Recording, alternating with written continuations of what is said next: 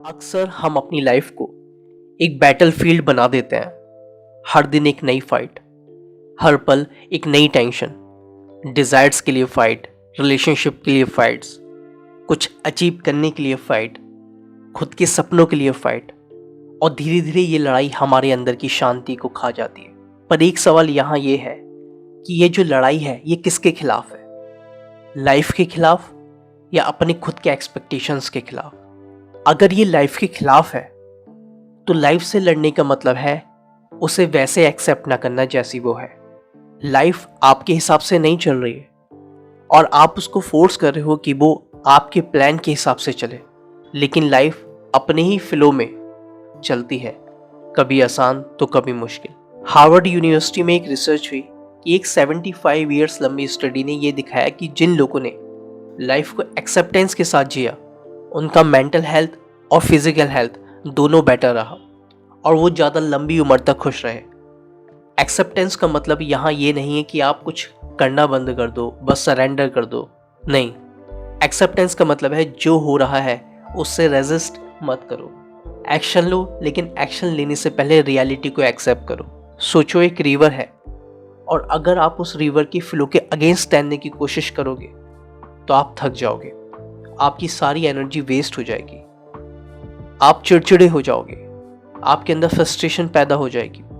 लेकिन अगर आप उसी रिवर के फ्लो के साथ तैरना शुरू करोगे तो आपका जो सफ़र है बहुत ज़्यादा स्मूथ हो जाएगा। लाइफ भी एक रिवर है, कभी तेज बहती है तो कभी शांत होती है, कभी पत्थर आते हैं रास्ते में, लेकिन रिवर को आप रोक नहीं सकते क्योंकि वो तो अपने फ्लो में बह रही है। एक रियल लाइफ एग्जाम्पल लेते हैं, स्टीव जॉब्स, जिनके बारे में हम सब जानते हैं, जिनको उन्हीं की कंपनी से निकाल दिया गया था, जिस कंपनी को उन्होंने खुद बनाया था।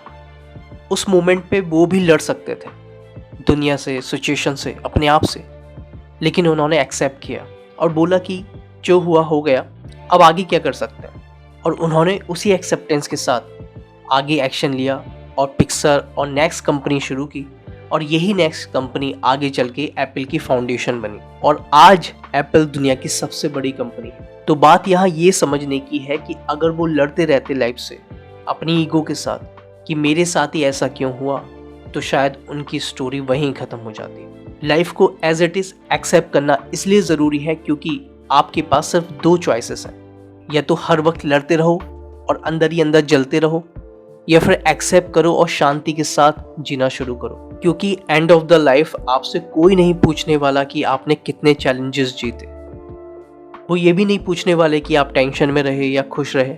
सिर्फ एक चीज़ मैटर करेगी और वो ये है कि आपने अपनी जर्नी को एक्सपीरियंस किया या बस लड़ते लड़ते थक गए।